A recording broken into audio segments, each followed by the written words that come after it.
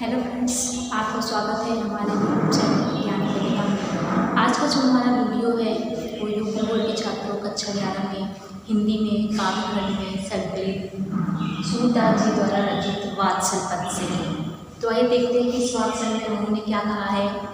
तो सबसे पहले इस वात्सल का पहले क्या पूछा जाता है, संदर्भ पूछा जाता है, फिर प्रश्न, फिर इसकी व्याख्या की जाती है, जैसा कि आपको बेटा पता होगा। तो सबसे पहले हम इसका संदर्भ जान लेते हैं कि क्या होगा।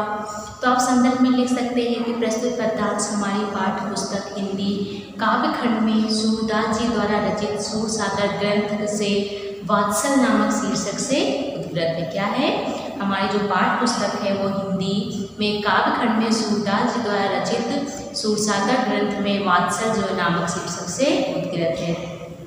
इसके बाद हमारी क्या पूछी जाती है, प्रश्न पूछा जाता है। क्या पूछा जाता है, प्रश्न पूछा। तो प्रश्न जो इस पूरे सारांश का जो शीर्षक है उसको पढ़कर जो उसका क्या निकालते हैं, सारा प्रश्न निकालते हैं। देखते हैं कि इसे सूरदास जी ने क्या कहा है हरि जू की बाल छवि कहो बरनी सकल सुख की शिव कोटि मनोज शोभा हरनी भुज भुज के सरोज नयनन बदन विरजित लरनी रहे ब्यूरन सलिल नभ उपमा अपर दुर्दरन मंचु में चक मदर तन अनुहरत भूषण भरन मनो सुभग सिंगार शिशु तरु हरियो अद्भुत परम चलत पद कदबिंब मन आगन शुभवनिकरण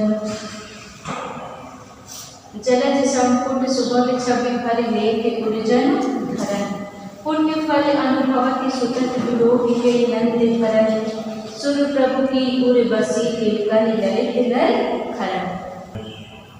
तो इसमें प्रश्न देख लेते हैं कि प्रश्न में क्या कहा गया है। तो इसमें जो है सूरदास जी जो है इस पद में कहते हैं कि श्री कृष्ण की जो मनोहरी बाल शोभा का जो क्या उन्होंने सुंदर और क्या किया है, सरस जो है वर्णन किया है। तो आप देखते हैं कि संपूर्ण शीर्षक की व्याख्या क्या होती है।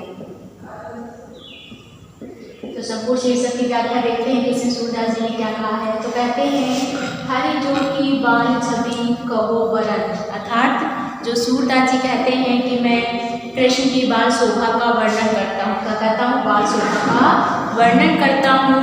और वह शोभा जो है कहते हैं बाल छवि को वर्णन कहते हैं वह शोभा जो है करोड़ों कामदेवों के सौंदर्य को भी हरने वाली, क्या है, करोड़ों कामदेवों की शोभा को भी हरने वाली, अर्थात उनसे भी बढ़कर है। फिर कहते हैं सकल सुख की शिव कोटि मनोज शोभा हरन, कहते हैं कि समस्त सुखों की सीमा हरने वाली, और सकल सुख की शिव कहते हैं कि समस्त सुखों की सीमा हरने वाली कोटि मनोज शोभा हरन, अर्थात उनकी शोभा हरने वाली, अर्थात सुखों की जो ऊंची से ऊंची जो कल्पना की जा सकती है वह उस सौंदर्य की लड़ाई में क्या हुआ, उसको जीत लिया है। क्या कहते हैं, जो समस्त सुखों की शोभा जो हरने वाली है, तो उस सुखों की जो ऊंची से ऊंची कल्पना जो की जा सकती है उसको भी, उसकी सौंदर्य जो है उसको भी क्या है, हरने वाला, जो उस सौंदर्य की लड़ाई उसको भी जीत लिया है। फिर कहते हैं भुज भुजंग सरोज नयनन बदन विरुजित लर, भुज भुजंग सरोज नयनन कहते हैं कि जो उनकी जो भुजाएं, कहते हैं कि जो उनकी जो भुजाएं अर्थात बाहें हैं वो किसके समान है, सर्प के समान है। और कहते हैं सरोज नयन, सरोज अर्थात यहाँ पर कमल से लिया गया है, और नयन मतलब यहाँ पर नेत्रों की बात की गई। वो कहते हैं जो उनके नेत्र हैं वो किसके समान है, कमलों के समान है। बदन विद्युजित बरन, और जो उनका मुख है वो चंद्रमा के सौंदर्य को लड़ाई में जीत लिया। कहते हैं कि उनकी भुजाओं ने सर्प को, और जो नयन है वो कमल को, और जो उनका बदन है मतलब जो उनका मुख है उसने चंद्रमा को सौंदर्य की लड़ाई में क्या कर लिया है, जीत लिया है। अर्थात कहने का तात्पर्य है कि सूरदास जी कहते हैं कि उनकी भुजाओं ने सर्प के समान नहीं कहा जा सकता है, सर्प से भी वो क्या है, अधिक सुंदर है। क्या है, सर्प से भी अधिक सुंदर है। नेत्र जो है वो कमल से भी अधिक सुंदर है, और जो उनका मुख है वो चंद्रमा से भी अधिक सुंदर है। फिर कहते हैं कि रहे ब्यूरन सलल नभ उपमा अपर दुर्दरन। फिर इसमें क्या कहते हैं कि सूरदास जी कहते हैं कि जो नेत्र कमल से अधिक सुंदर है और मुख जो चंद्रमा से भी अधिक सुंदर है, और जो उनका कहते हैं कि जो इसी कारण जो सूर्य है जो क्या है, चंद्रमा से भी अधिक सुंदर है। इसी कारण जो सर्प है वो बिलल अर्थात बिलों में, सर्प कहाँ रहता है, बिलों में रहता है। तो कहते हैं इसी कारण जो सर्प है वो बिलों में कहा गया है, रहे ब्यूरन, ब्यूरन अर्थात बिलों में कहा गया है। जो सर्प है वो कहाँ रहता है, बिलों में रहता है। और जो कमल है वो कहाँ रहता है, जल में रहता है। और जो चंद्रमा है वो आकाश में छिपे हुए, नभ अर्थात आकाश में। क्या कहा गया है कि उनके जो है रूप के बारे में वर्णन करते हुए कहा है कि उनका जो रूप है उसकी तुलना जो है सर्प और इन सब से नहीं की जा सकती है, क्योंकि उनके जो भुजंग है अर्थात बाहें हैं वो सर्प से भी अधिक सुंदर है। जो आंखें हैं वो कमल से भी अधिक सुंदर हैं। और जो उनका मुख है वो चंद्रमा से भी अधिक सुंदर है, क्योंकि जो सर्प है वो बिलों में और जो कमल है वो जल में और जो चंद्रमा है वो कहाँ, आकाश में छिप गए हैं। उनका शरीर कहते हैं जो शरीर है वो बड़ा मतलब अर्थात दूसरे उपमान से भी डरकर क्या हो गए हैं, छिप गए हैं।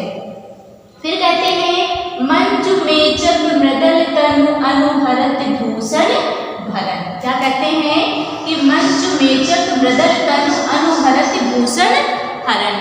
कहते हैं कि जो अपने अनुरूप आभूषणों को सुंदर धारण करने वाले, क्या कहते हैं कि अपने अनुरूप ही वो सुंदर आभूषणों को जो धारण करने वाले हैं।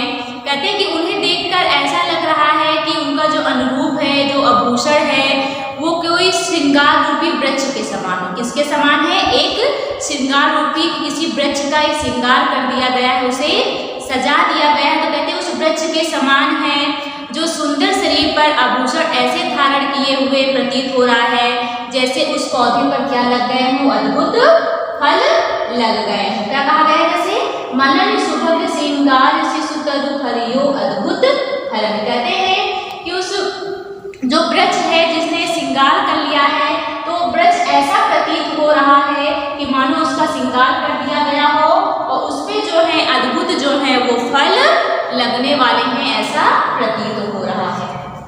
फिर कहते हैं चलत पद प्रतिबिंब मणि आगर कुटुरोनि करन। कहते हैं उनका जो प्रतिबिंब है अर्थात रूप है, यहाँ पर जो है उनके आंगन में चलने की बात की गई है। जब श्री कृष्ण जी बहुत छोटे होते हैं और अपने घुटनों के बल जो है आंगन में चलते हैं, तो यहाँ पर सूरदास जी कहते हैं कि जो शिशु जो श्री कृष्ण है, जो शिशु में अर्थात बचपन में वो जो मणिमय आंगन में अर्थात जो आंगन होता है उसको मणिमय से तुलना की गई है कि जब वो मणिमय आंगन में जो है घुटनों के बल चलते हैं तो उनके जो पैरों का प्रतिबिंब है वो आंगन में क्या है, झलकने लगता। क्या करता है, वो आंगन में अद्भुत फलन, क्या कहते हैं, आंगन में झलकने लगता। कहते हैं घुटनों के बल, घुटन यानी कि घुटनों के बल, यहाँ पर आंगन में कहते हैं जब वो आंगन में घुटनों के बल चलते हैं तो उनका जो प्रतिबिंब है वो उस आंगन में जो अर्थात परछाई जो है उस आंगन में क्या है, झलक रही है। फिर कहते हैं जलज संपुट सुभग छवि भर लेत उर्जन धरन। कहते हैं कि उन्हें देखकर ऐसा प्रतीत होता है कि मानो पृथ्वी में कमलों के दोनों ने क्या है कि पृथ्वी पर दोनों ने जलज कमल की उसकी बात की गई है कमल की, कि जैसे जो कमल के दोने होते हैं उन्होंने अपने दोनों में उनके सौंदर्य को क्या है, भर लिया है। क्या है, प्रभु जी के अर्थात कृष्ण जी के सौंदर्य को भर कर हृदय में अपने धारण कर लिया। मतलब यहाँ पर कमल की बात की गई है कि उन्हें देखकर ऐसा लगता है कि उनकी छवि को कृष्ण के दोनों ने अर्थात जो पत्ते होते हैं उनकी बात की गई है कि उनके दोनों ने उनके उस मनमोहक छवि को अपने हृदय में भरकर क्या कर लिया है, धारण कर लिया है। फिर कहते हैं कि पुण्य फल अनुभव सुभद्र विलोक कह नंद धर। नंद धर था जो नंद बाबा होते हैं जिनके पुत्र होते हैं श्री कृष्ण जी।